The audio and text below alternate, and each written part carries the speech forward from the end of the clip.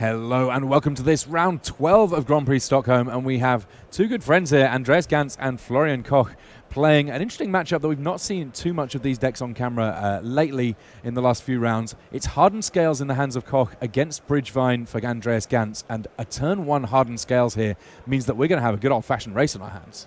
Yep, this is the start that the Hardened Scales deck wants. Of course, with Hardened Scales, it's operating on a completely different level. And on the other sides of things, fair amount of action for Andreas Gans here. He casts Faithless Looting, putting 2 copies of Bridge from Below into the graveyard, and that means that when he casts a Walking Ballista for 0, he gets to make 2 2/2 zombie tokens. Each of these, and then he's got another 0-cost creature. He's got 8 power of creatures in play on turn 1, and the potential to make still more on future turns. This is incredible play from both of these decks. Yeah, I think Andreas has the better turn 1 play here. Hardened Scales is good, but it's not that good. Yeah, Florian Koch here, he definitely has the potential to be explosive, but he's going to need it in the face of what Andreas Gans has going on here. Already so much power in play. If there's just a Goblin Bushwhacker on turn 2, which would be a comparatively straightforward, simple play for him to pull off here on the second turn. And he has it in hand. Then I think he has a Red Source and the Bushwhacker. I just spotted it. Oh, this could be absolute carnage here. Florian Koch, looking at his opening hand, must have felt like he was in pretty good shape here. Turn 1 Hardened Scales, turn 2 casting an Ancient Stirrings to be able to find what he wants, getting a Hangerback Walker in the mix. That's potentially got the way of making lots of creatures, but also, critically, he can cast it for 0 here and just allow it to die, right? Or will the Hardened Scales... To get rid of the bridges, absolutely. Yes. And he's on top of that, of course.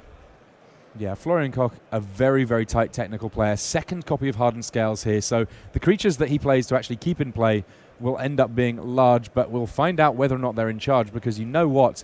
4 zombies already and the potential for them to get even more going on. This is going to be a big, quick game. Andreas Gans just figuring out the detailing on the sequencing, because this Bridgevine deck, it's pretty intricate in a lot of the sequencing that it can have to employ to get the most value out of the cards that it's drawn. Yeah, the problem here is that most of the value has already been found by Andreas. Of course, he would like a Vengevine in the graveyard, but at this point, he has everything he needs to beat the Hardened Scales deck, and the Hardened Scales deck is not a deck that's good when playing from behind. Yeah, I mean, this is a very, very quick start here. He gets to attack in for 8 with those zombies, and an Insolent and Innate, Stitcher Supplier, and a Bloodghast in play as well, meaning that he's threatening lethal next turn, even just on the board. There are a variety of nuts draws that the Bridgevine deck can produce, and this is certainly one of them that we are seeing here. I mean, in principle, the Hardened Scales deck, because it can so easily get rid of copies of Bridge from Below, I don't think that it's necessarily a terrible matchup for Hardened Scales, but when the Bridgevine deck puts on this kind of pressure, it's very, very difficult to deal with. Absolutely. And Andreas has lethal here. He knows it too. He has the Bushwhacker.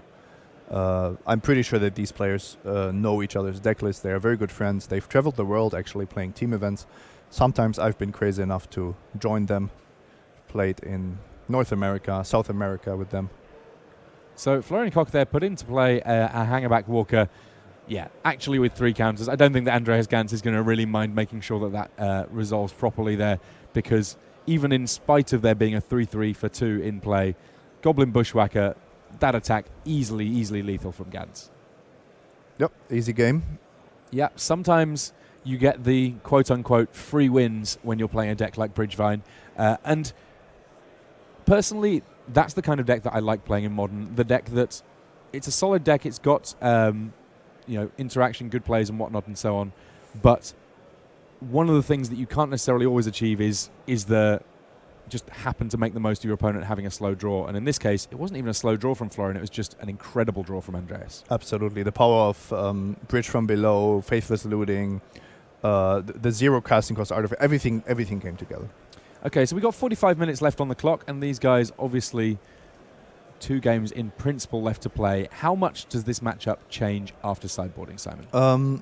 Not too much, actually, because this is not a matchup where Florian has an extreme amount of graveyard hate, so he doesn't bring in 4 Leyline of the Void or anything like that. He will have to see what he can do with the few sideboard cards that he has for the matchup.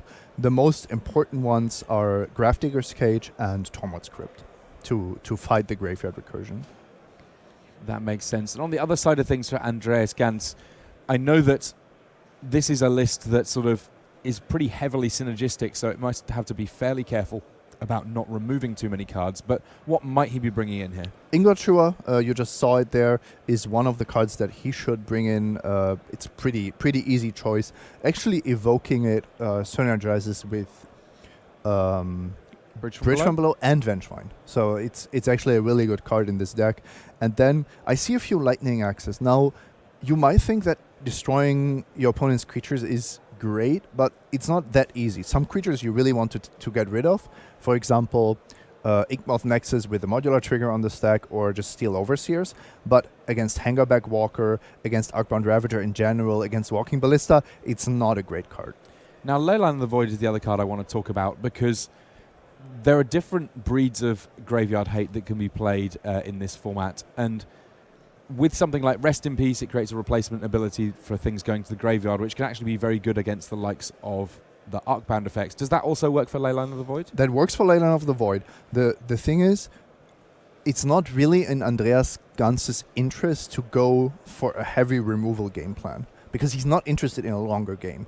He wants what he could do is he could bring in the Leyline of the Void, and it's not really about Hangerback Walkers or Walking Ballistas. It's mostly about denying Florian the opportunity to get rid of his bridges, because that is also something that Leyline of the Void and Rest in Peace, I guess, doesn't really work. But Leyline of the Void is guarantees that your bridges stay in your graveyard. So, as it turns out, I mean, there's only 4 different cards in Andreas Gans's sideboard, regardless. We've talked about 3 of them. I mean, the 4th being Thoughtseize doesn't seem like it's at peak power level in this matchup, but all of them reasonable options to at least consider for this matchup. Yeah, and we actually get to see a bit of the sideboarding there. You can see Lightning Axes, Ingotshures, and Leylines, and Andreas is kind of masking a little bit what he's taking out and how many cards he's actually bringing in. It looks like he does bring in the Leylines. So I think we saw something like 4 Leylines, only 2 Ingotshures and 2 Lightning Axes, approximately. Now, I mean, this is kind of an old school plan that's never really gone out of style in some respects, which is when you're doing your sideboarding, if you're very open about, you pick out 3 cards from your sideboard, boldly put them into your deck, take 3 cards out of your deck, then there's a reasonable assumption that you've sideboarded approximately 3 cards. Yeah. A lot of players, especially players that have been around for a while, will shuffle in quite a lot of cards, potentially their entire sideboard, take out the same number of cards, and it just masks how much or how little they're sideboarding, which a comparatively small edge, but one that periodically might prove relevant. Andreas is very keen on the small edges, even if he goes to length that some edges only exist in theory. That's my perspective on things. Things like having all of the same artwork on your basic lands. For example, if you start investing, let's say, significant round time or mental energy into things that in practice have no impact on the game whatsoever, you could be spending that time and energy elsewhere. So, for example, against someone like Andreas Gans, if I'm drawing and not really shuffling around my hand, is he going to be the sort of person that's spending time looking at the position of cards in my hand? Absolutely. Interesting. And at that point, honestly, I'm not quite sure whether or not making him expend that mental energy is better for him or for me at that point. This is also let's say a special situation, because like I said, friends, testing partners, very likely that they knew for sure what each other was playing. There's a good chance that they actually knew the full 75 of each other. So there's a little bit of an extra level of mind gaming going on, where you maybe, even if your opponent knows your sideboard, you want to mask it a little better, what you're bringing in, what you're doing. And I would guess, knowing these two and their level of competitiveness, that there's probably a fair amount of pride points on the line in addition to any pro points that might be relevant to these guys about who wins this match. Yeah, but both. One feature I like very much about both of them is that they are very relaxed. Of course, competitive, like you said, but not in any kind of die-hard or try-hard fashion. Looks like we have a mulligan, at least for Florian here. Andreas Gantz still considering his 7. In terms of the way that these two decks play, would you say that there's one that is better or worse at mulliganing than the other? I think the Hardened Scales deck is worse at mulliganing because the Bridgewine deck plays out of the graveyard. In general, Faithless Looting decks, sure, they lose cards that they could be discarding with Faithless Looting, but because their value comes out of the graveyard, card advantage is not as important. With the Hardened Scales deck, you're still relying on those key cards. You need your draw to produce the significant amount of combo pieces. Puzzle pieces may be the better term. Yeah, I mean, Hardened Scales, just full stop as a deck, has been a little bit of a puzzle because it's not really a deck that's been revolutionized by new cards coming along in any big way. It's more just a matter of people figuring out how to correctly build it. Hardened Scales, the card itself, saw a small amount of play in Standard. I know that Ken Yukihiro was something of a champion of it in Standard when it was around, when it first came out. But to be perfectly honest, it was one of those cards that had power but not an obvious application. Mm-hmm. And now the application is clear. You just play a bunch of constructs, and you're basically taking the affinity shell of old and including these super nice synergies that actually make it much easier for you to go into a late game.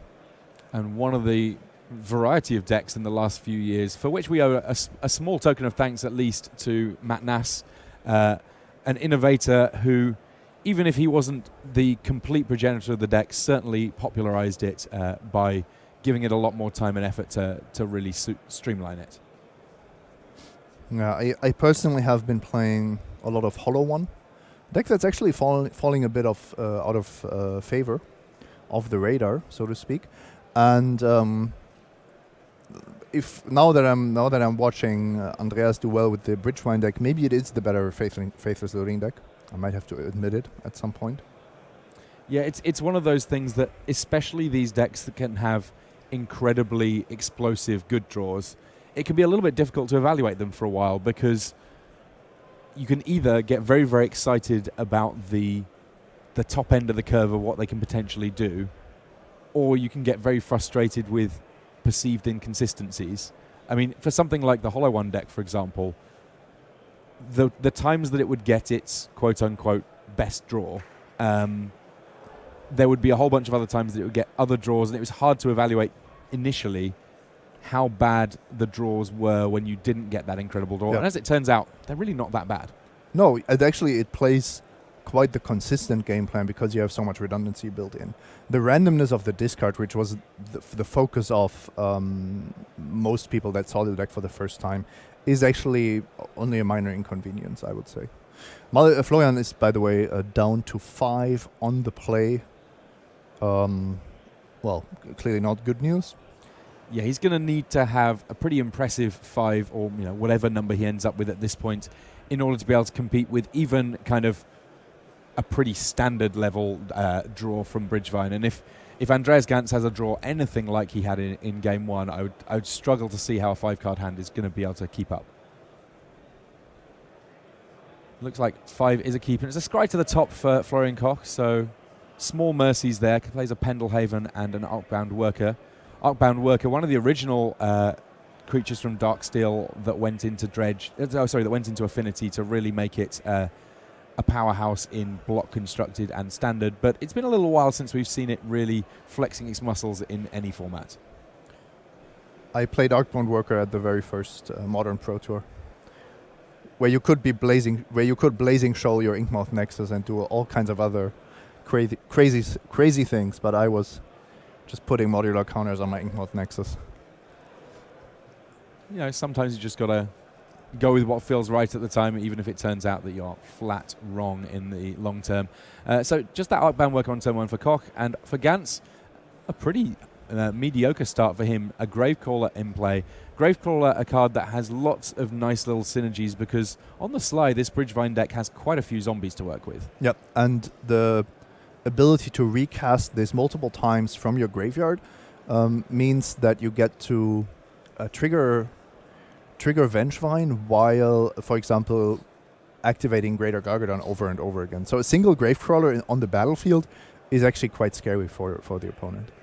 And Florian Koch already pretty much out of cards. His turn 2 involving Walking Ballista, Mox Opal, a land, and now casting Ancient Stirrings in order to be able to find something to try and keep this trainer rolling. Not a bad mulligan to 5, I have to say. Nice turn 1 and turn 2. Now the big question is, what can he find with the Ancient Stirrings? And Ancient Stirrings has not been able to find Hardened Scales, of course. This is one of the big issues. It's usually the card you're looking most for, and your best card selection doesn't find it. So let's have a look at what's going on turn 2 here for Andreas Gans. Yeah, Andy is a bit Bushwhacker flooded, it seems. He has a bunch of Neonates, Bushwhackers, Stitcher Supplier. Okay, I think what he needs to do here is he needs to start filling his graveyard because these creatures in his hand are not really doing much. All right, Stitcher Supplier puts Faithless Looting, Insolent Neonate, and a Hangerback Walker into the bin. Like, aside from the Faithless Looting, those cards, not at their best in the graveyard. Yep, but the Faithless Looting is a nice mill. Gravecrawler gets to attack in. That Stitcher Supplier is a zombie, which means that even if it got blocked and traded with or shot down or what have you, it would have been able to be recast from the graveyard. But another Instant Neonate coming along, meaning that Andreas Gans, if there's a key card that he wants to be able to get from his hand straight into the graveyard, he can do so very easily, or while also drawing a card.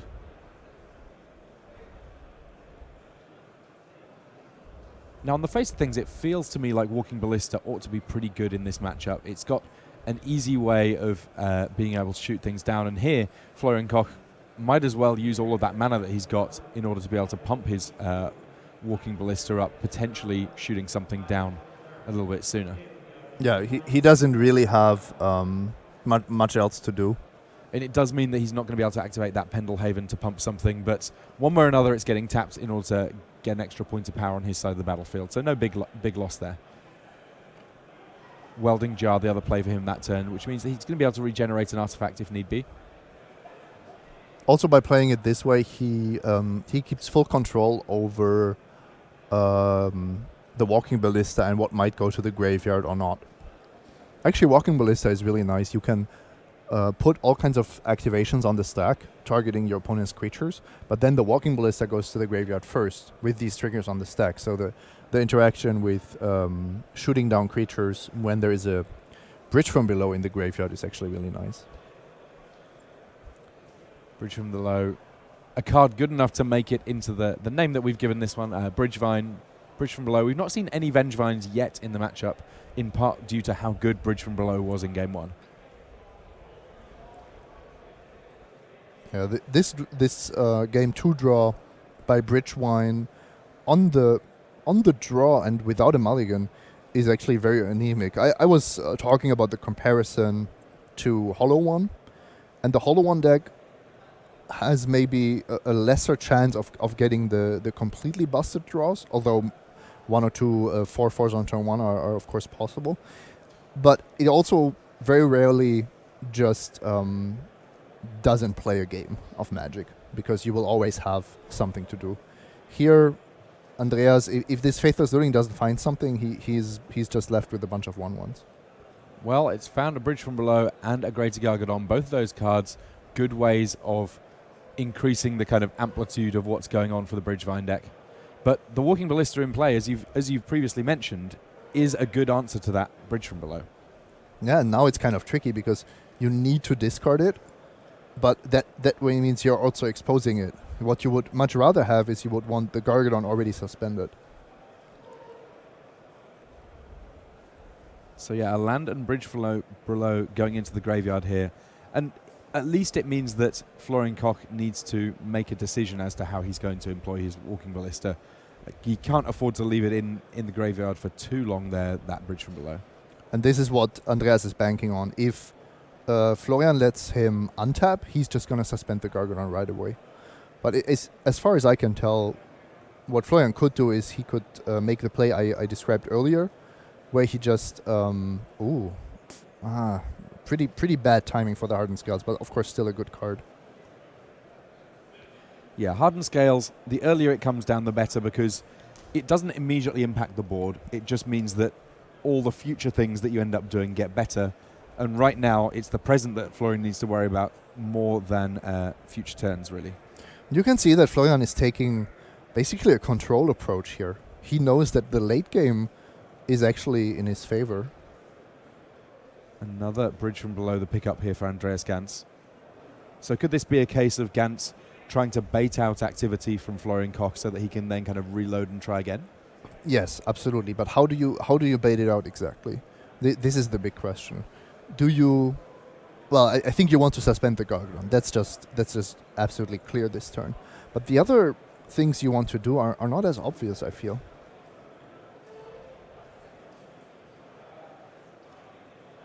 It seems like Andreas Gans agrees with you.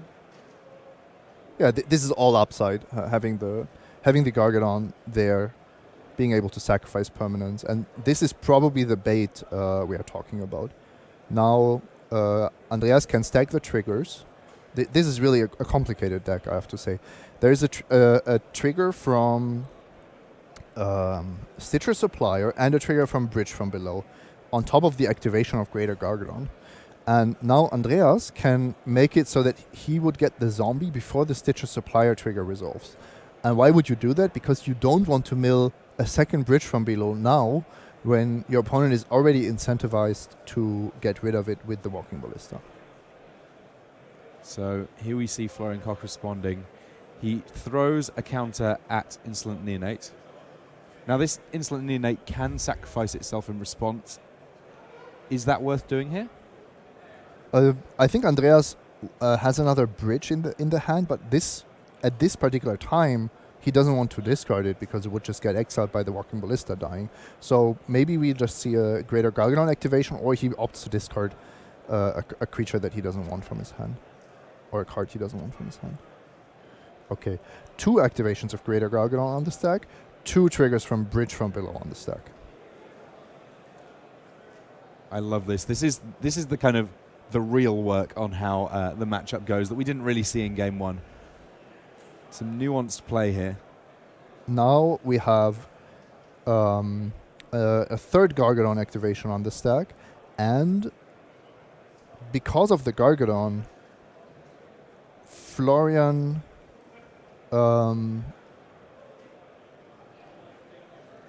Florian should... Wait, did Andreas not get a single zombie?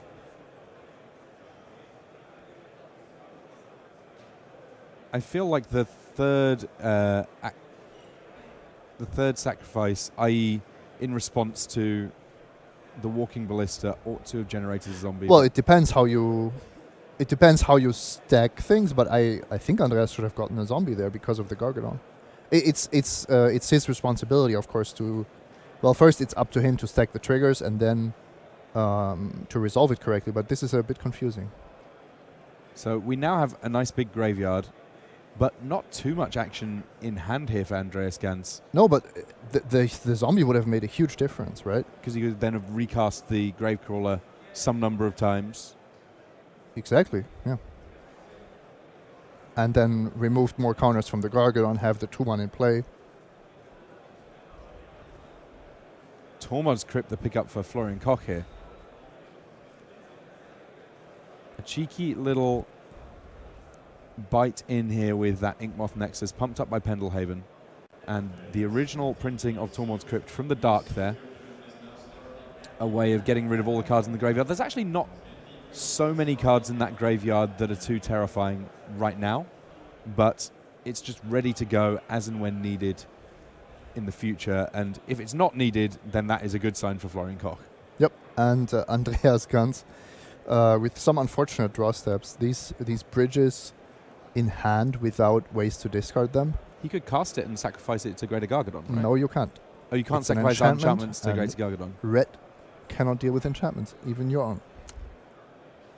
Good. It's creature, land, or artifact, I believe. Don't think you can sacrifice planeswalkers either. So Goblin Bushwhacker coming along, a second Goblin Bushwhacker, a whole bunch of kicking happening. That has to be plan D or E of the... Well, yeah, because this is going to be an Inkmoth Nexus getting 2 counters from an Arcbound Worker when it dies. If it dies. I guess, yeah, there is a Welding Jar in play. Well, Florian wants it to die, but Andreas can sacrifice... the creature to Greater Gargadon. Yeah, this is a rough old spot. Florian Koch here, each turn he's living off the top of his deck, but crucially he is living. And there are plenty of draws in the Bridgevine deck that could have punished him a lot more here. Andreas Gantz's draw has been... It's not lined up well against what Florian Koch has found in this game. Despite the mulligan to 5, by the way. But this is why Florian is living off the top of his deck.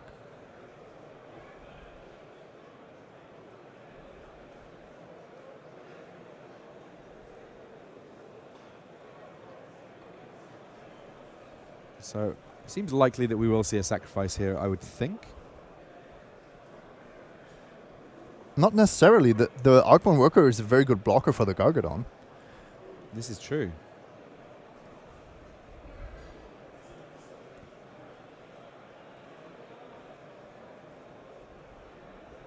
All right, we now have an indestructible Arcbound Worker, at which point there's really no downside to sacrificing that Goblin Bushwhacker. Yeah, interesting exchange there. I'm interested what they discussed, because it looked like Florian was happy to let the worker die, and then when Andreas didn't sacrifice or Florian pretended that he was happy to let it die, but then ultimately decided against it. So Inkmoth Nexus there getting to attack in again. Just exactly Metalcraft thanks to that Tormod's Crypt. While it's a slightly different color, it is an artifact. So that Mox Opal live to be able to animate the Nexus. Leyline of the Void, the draw here for Andreas Gantz. And that a relatively anemic draw at this stage in the game. Fantastic, of course, at the very beginning of the game, but... At least it does something when you cast it, you know. It's actually better than the bridges he used to run. And it will now protect his bridges, at least from creatures being sacrificed by Florian Koch. Won't protect the bridges from the likes of that Tormod's Crypt just sat there in play, taunting Gantz. But it also prevents modular triggers from happening. So that Arcbound Worker, while still a blocker, a good one, now Andreas might just go for it. I think sacrificing all your lands and attacking for 10 is not completely absurd in the spot that he finds himself in. Yeah, the Hardened Scales list, not well known for having easy access to the sort of removal it would need to deal with a Great Gargadon.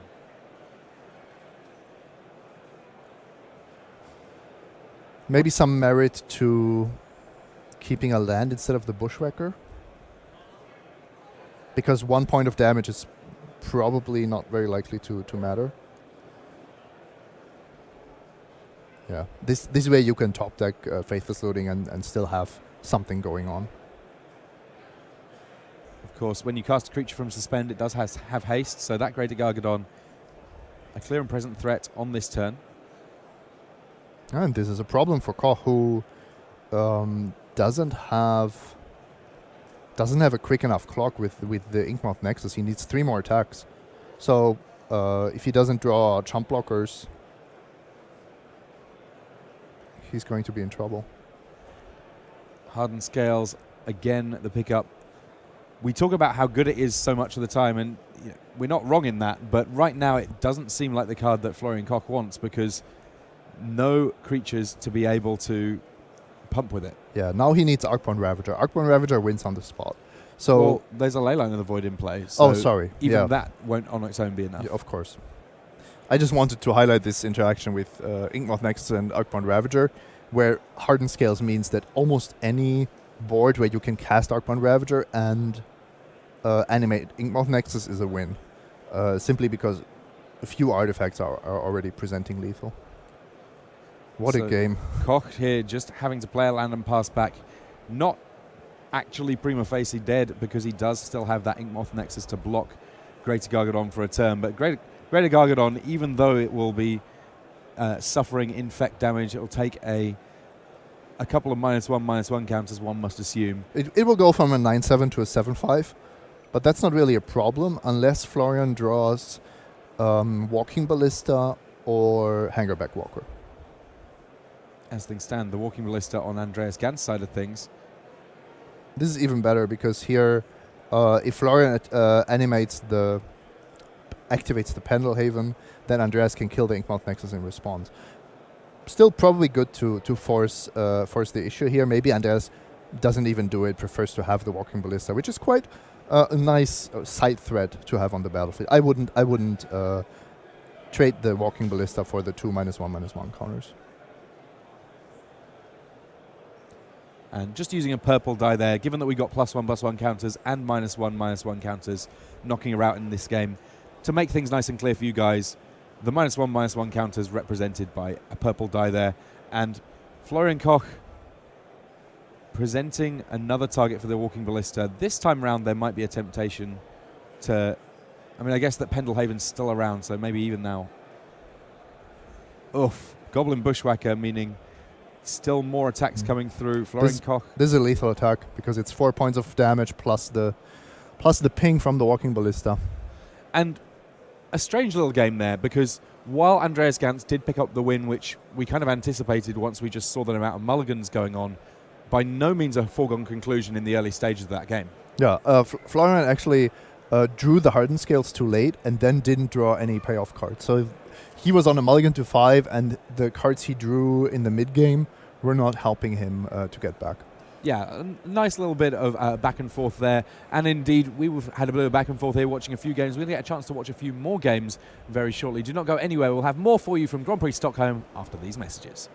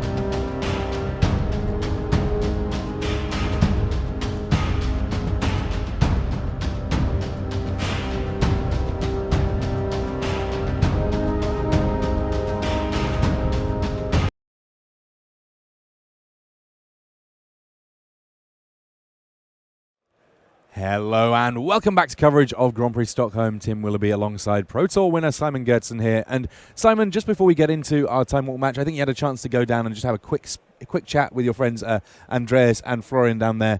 How did they feel about how that matchup went? They had to say that it wasn't the best games of Magic because of the mulligans. Andreas was very proud that the nut draw he presented in game 1 was actually off a mulligan to 6. Not that it really matters because he had a turn 3 kill through a blocker.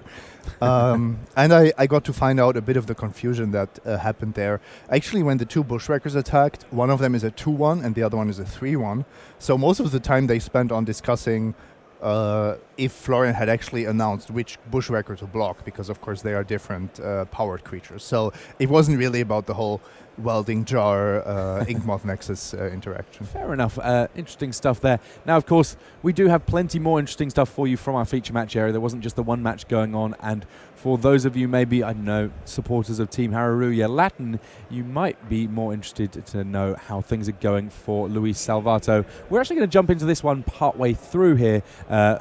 Given that we've got blue-white control, we want to make sure that we can bring you the conclusion of the match. And up against Carl-Oscar Persson's Jeskai tempo list, he finds himself already up a game going into game 2 here.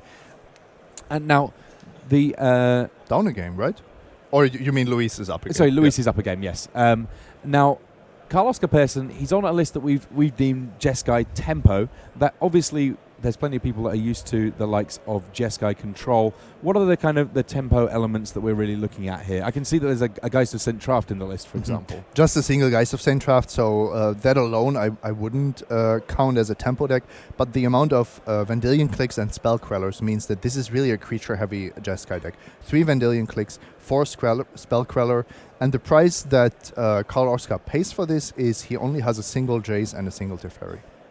Well, I don't think that Luis Salvato will mind too much having more copies of those key Planeswalkers. It's interesting because I think that we've seen a number of matchups where the control lists have kind of begun to turn themselves into something a little bit more tempo-related. But when in Game 1 you show off those creatures, obviously that changes some sideboarding decisions.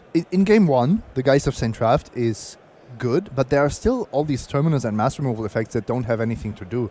So I think it's not really a surprise that the more pure control deck wins the fight in Game 1. In the sideboarded games, it's definitely different because suddenly these creatures don't have are not facing the same amount of answers. So we saw a Spell Queller there played purely as an attacker, not being used to exile any spells from the stack, just coming on down and getting some damage in. Right now, Carl-Oscar Persson winning the damage race, Luis Salvato on 15. We'll see how long that lasts for. So both these players, though, hitting their land drops, one of the key things that you want to do with control early doors. And it doesn't look like, at this point, Salvato in too much trouble, though that could change. I was actually expecting Persson to flash in another spell queller. I thought he had a second one in hand. It looks like he's just content with the one he has in play. Now, for some of our viewers, it might be a bit confusing why I'm saying that in Game 1, the creatures are a liability, and then suddenly in Game 2, they're supposed to be so good. But the reason is, Persson takes out worse cards for cards that are great in the control matchup. So Salvato has to do the same, but if he does that, he's facing this dilemma of having to take out Terminus, Supreme Verdict, and a number of Path to Exiles, and suddenly every single creature is a problem, and also makes it very difficult for Salvato to correctly anticipate everything that could happen. He has to play the game on all axes. And this strikes me as one of those matchups that would play one way in the Swiss of a tournament like this, so during the stages before the top 8, and potentially a little bit differently in a top 8 match where each player had access to deck lists. Full information is definitely a big difference, yes. However, if you're playing Jeskai Tempo and you have all these creatures in the main deck already, there's almost no way that you're not going to have the full creature package in the sideboard. Which, on the other hand, makes it interesting again for Salvato to keep in some of the mass removal. I'll take a quick look at the list, because there's a big difference whether you are playing a very Terminus-heavy version or if you have some number of Supreme Verdicts.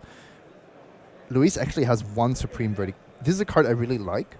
Against the creature package out of Jeskai. The Terminus I don't really love because you're not really trying to set it up with miracles if you don't have the 4 in your deck anymore after sideboarding, and also you can never afford to tap 6 mana in your main phase to just run this into a counter spell. So we've seen Snapcaster Mage on Opt on both sides of this battlefield over the course of this game too.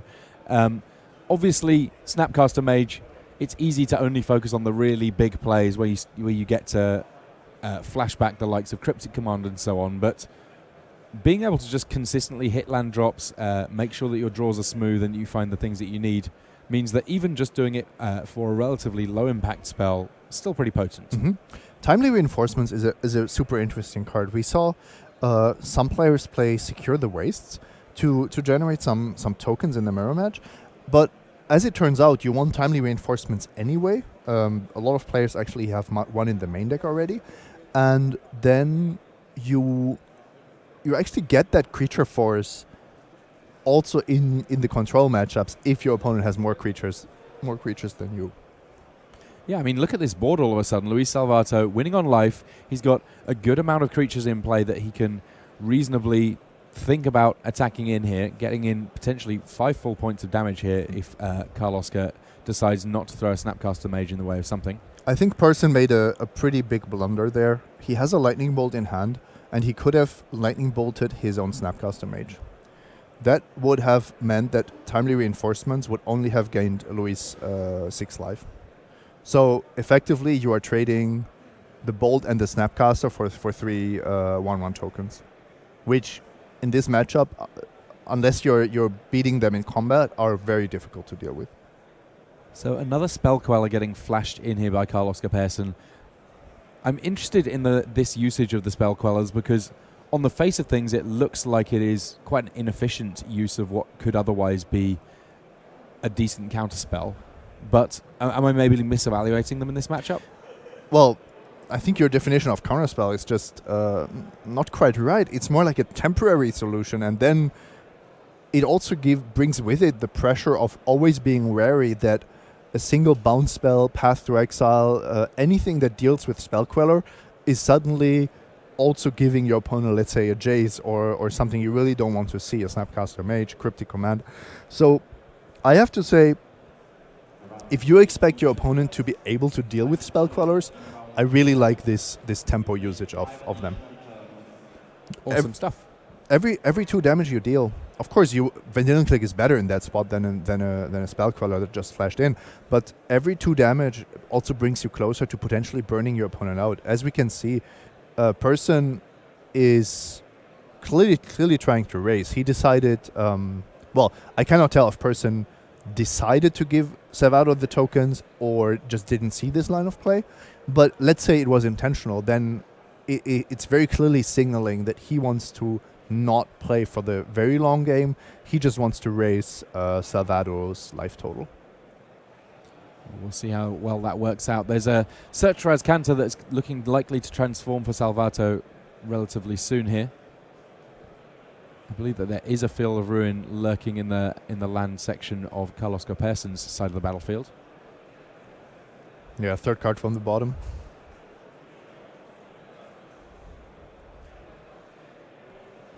Still plenty of action in hand, though, for Salvato. He's been sat on Jace the Mind Sculptor now for a little bit, finding the correct opportunity to use it.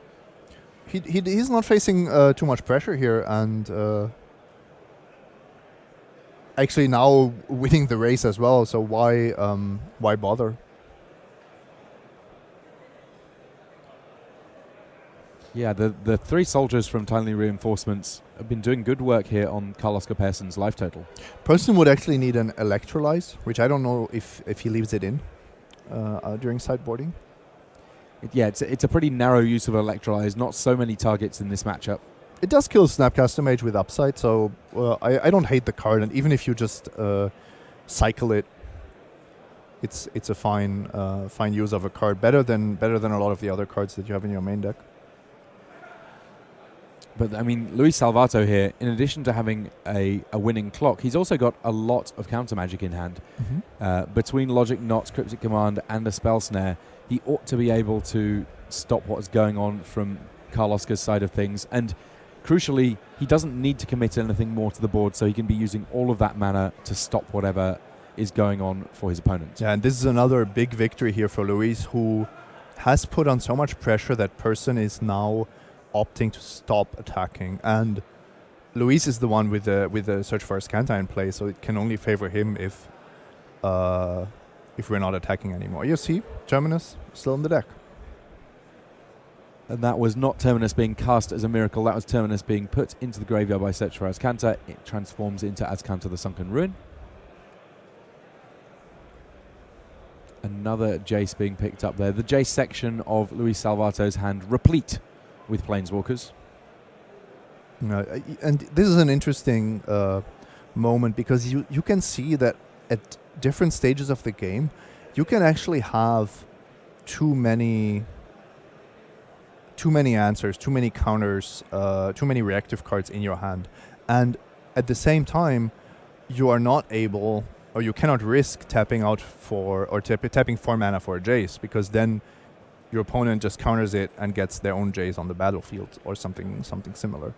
For those of you worried there, in the activation of Azcanta the Sunken Ruin, the reason that Luis Salvato didn't go to a lot of trouble to put his cards in the correct place is that he knew that he was going to be shuffling his deck because of Field of Ruin anyway. Yeah, this is not always obvious here from the booth, but usually players will just announce, look, I'm shuffling anyway. Yeah. Can we just shortcut this? And Luis Salvato's communication pretty good at the table.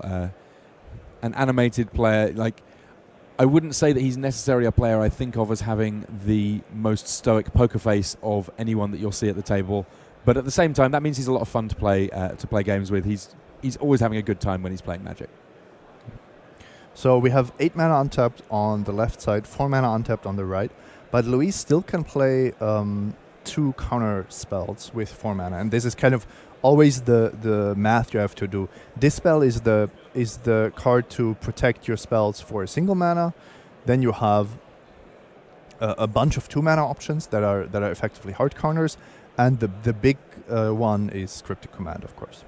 So an end of turn Cryptic Command on a land here, bouncing it and presumably drawing Luis Salvato a card. That seems kind of aggressive, but I guess that when your opponent knows that you've got the Cryptic Command, its value goes down a little bit, and cycling it to draw a card there might be worthwhile here for Luis. You know that it's so unlikely to resolve anyway in a counter war that you need to always assess whether you really want all these reactive cards in your hand that cost so much mana. Path to Exile now on Spell Queller. Let's see if that's something that Karl Oskar wants to fight about.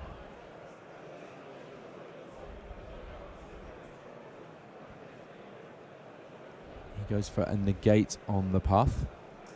Spell Snare neatly deals with negate at just the cost of 1 mana.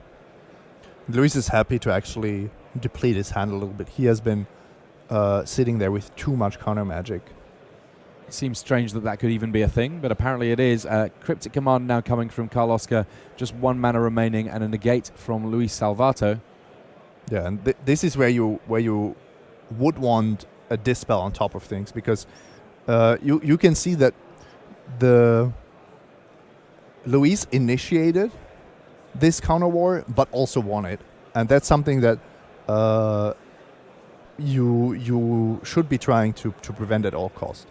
Now, it looked to me like Karl Oskar there did not search his library for a basic land. I believe that that's because his list runs 3 island, 1 mountain, 1 plains, all of those already in play, and at this point, saving a bit of time without even searching anything up.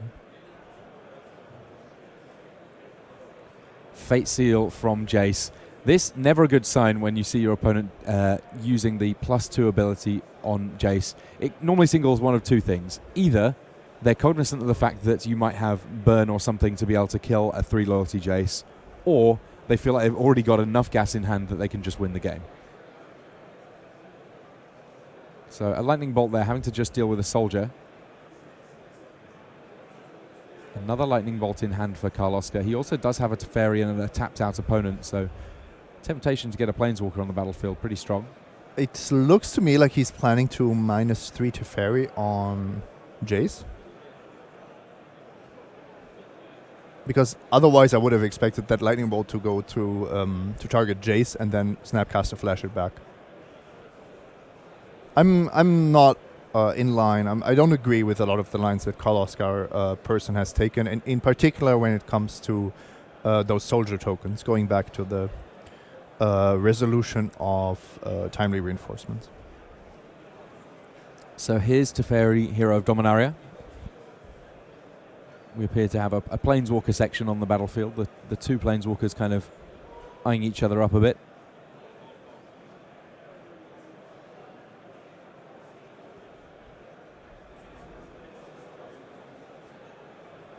So Luis Salvato, as a reminder, needs to get to the quarterfinals of this GP in order to tie Seth Manfield for Player of the Year. If he gets any further than that, he will be the outright winner of Player of the Year. There is a lot on the line for this tournament for Luis Salvato. Yeah, and this is round 12, 10-1. If Luis wins here, he's 11-1. The top 8 is becoming more and more likely. Yeah, the butterflies in that Argentinian stomach of his must be fluttering about at this point a little bit. But for every match I've seen, or except for actually the loss against Joel Larsson, I think when he played against Joel, he had you could see that this was a mirror match with both players playing on similar levels.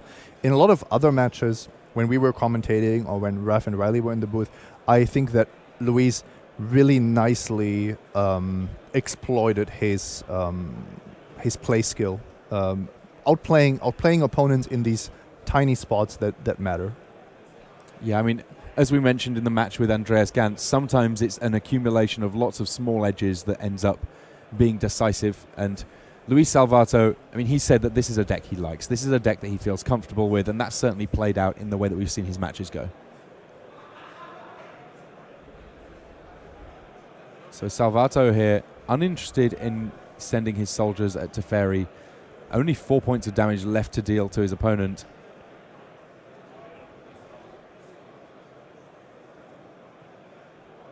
Think how differently this game could have gone had that timely reinforcements not generated those soldiers.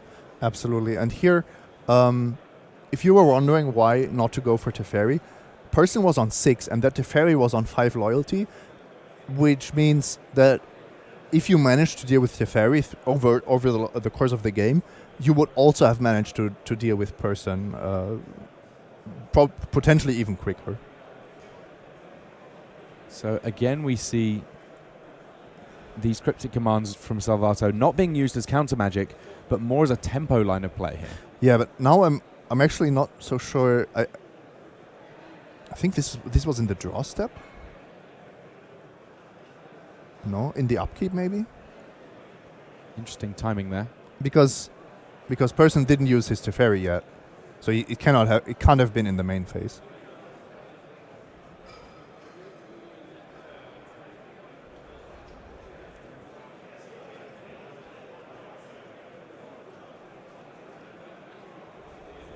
Lightning bolt on Jace, and so many different angles that Karl Oskar Persson needs to deal with at this point. One thing you have to make sure when you go for all these flashed in spell quellers and you try to be the aggressor is you cannot afford to fall behind in the race like this. I mean, all of that work from Karl Oskar Persson has got him one creature on the board and a Jace down. And he's still facing lethal. These soldiers have to be dealt with. Another interesting spot now. 4 mana open, Vendilion Click and Logic Knot. If you Vendilion Click here, you accept the fact that you are not being able to counter any response of persons. This is where it's important to have the correct read on what your opponent might be holding.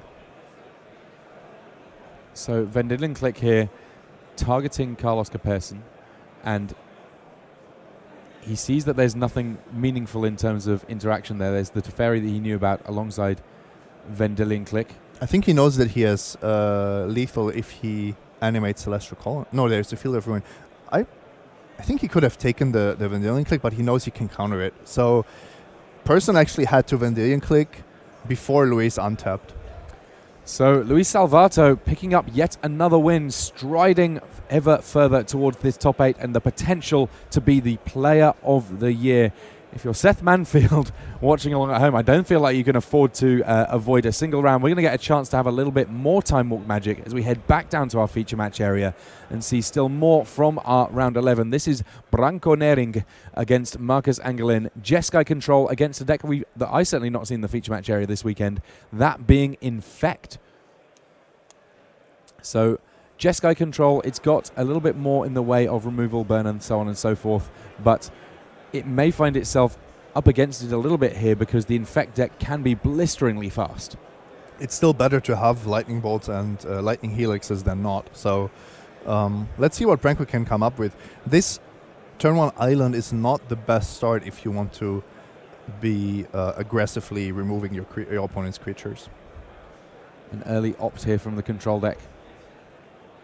Branko, one of the Belgians who had quite a bit of success in the last year or so. He was on the Belgian team at in the top 4 of Pro Tour 25th anniversary. Branko is easily one of the best Belgian players right now. Maybe the best. And that's saying something given the number of Belgian top 8s that we've had lately. There was also one of the Viren brothers made top 8 this very year. So Marcus Angelin here. He's aiming to deal 10 points of Infect damage just as fast as he possibly can here. Inkmoth Nexus, a piece of the puzzle that's pretty important in terms of reliably having a creature to deal that Infect damage. Yeah, I like that Branko is not hyper aggressive with Path to Exile, because ramping your opponent on turn 1 is always a bit dangerous. Instead, he knows he has these electrolyzers and he has enough interactive cards that Marcus cannot just go for it. So what I would expect is that Branko will be very patient, let Marcus do what he wants to do, unless he's attacking for lethal, of course. And then we will see well-timed end-of-turn electrolyzers that make it difficult for Marcus to respond. Yeah, casting Electrolyze, like let's imagine a situation where Marcus attacks with Inkmoth Nexus and Glistener Elf. If you cast Electrolyze while they're attacking, that's kind of just playing into the notion of them playing a pump spell in response. Might of Old Krosa here, casting it at sorcery speed to get the biggest impact from it, get the maximum amount of pump, and no responses from Branko. He just lets that one go on through. And so this is a pretty big attack here from Marcus Angelin. Yeah, pretty big, but probably not big enough to force Branko to respond. This is the classical gameplay that you want to have against Infect. Actually, Angelin was very smart here not to expose anything to an Electrolyze, which would have... if he just animates the Nexus, it puts him into a very defensive position. And you can see Nering not even casting Path here, because he knows next turn he will have 4 mana available to him. Field of Ruin is huge as well. And that means he can Electrolyze, but still have Path available. So just to confirm, this is game 1. The fact that there's not anything next to Branko's game score at the moment, functionally that's also a 0. It's albeit just a null value, I guess. The score is null 0. In a game of first to 2 wins, they kind of work out kind of the same way. Okay, so finally we see our first Electrolyze from Nering. Yeah, who's perfectly happy with just getting the one creature off the battlefield here. He's also on 7 poison, but I guess it's not the first time somebody says this, but as long as you are on 9 poison or less, everything is fine. Yeah, I mean, even something like decisions about what you're going to do with your steam vents and so on, comparatively easy here. Take that damage. If Marcus is suddenly deciding he wants to do regular damage to kill you, then he's got a lot of regular damage to deal. Take all the damage. So Apostle's Blessing in hand for Angelin. Angelin has a problem because of the Field of Ruin. The Field of Ruin makes it so much harder for him to present meaningful threats here to Branko, who even if the Igmoth Nexus is animated, which I don't expect to happen, is not facing lethal here without Marcus investing another card. Both of these players can afford to be pretty bold with their duels that they can pay life to keep untapped.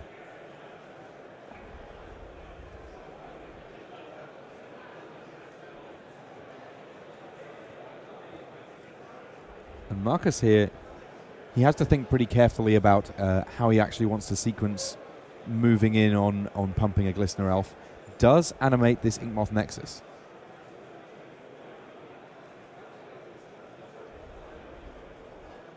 So putting the fear in your opponent a little bit. I think Electrolyze is too good here not to play it. But Branko correctly waits until the end of turn. So 9 poison. From here on out, Nerink does need to do a little bit more if he wants to make sure that he can stay alive. Electrolyze splitting damage between the two. And look how beautifully Branko has navigated this. He's gone to 9 poison. He has mana to Lightning Helix in response to whatever Marcus is planning, because Marcus cannot let this resolve. He's also safe from Spell Pierce, by the way. And then he will just untap, and there won't be an infect creature on the other side of the table. And infect is not known for his haste creature, so then Branko can just play the archetypical Jeskai control plan of killing everything that Marcus is playing. Yeah, I mean, 2 cards in hand for Marcus Angelin here. On the face of things, you know, a pump spell is a great start. So he's got a Blossoming Defense, which would be able to keep something alive here. Yeah, if he only saves 1 creature, I think it has to be Glistener Elf. If you save Inkmoth Nexus here, you know it's dying to the Field of Ruin.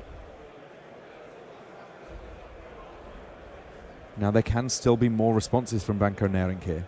Oh, I absolutely expect that, because if you are reduced to only acting at the end of turn,